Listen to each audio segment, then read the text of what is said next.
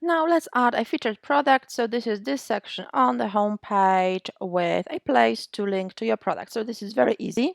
Simply in sections, go to featured product and select product. And you've got a list of your products, so you can select which one to show. I'll show the red t-shirt, so automatically the data is self-populated with the product image, title, sizes, price, add to cart, buy it now buttons.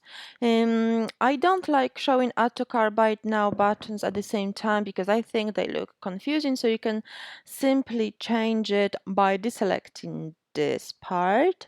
And now I can change the layout from square to full width. I kind of prefer full width, so I'll leave it as it is, and I can change whether to fill it or contain. But as full width, it doesn't make a difference, so I'll just fill.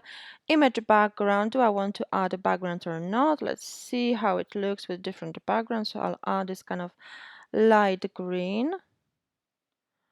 So this is the background of the image. If you want, you can leave it as it is. If you like it, simply click Save.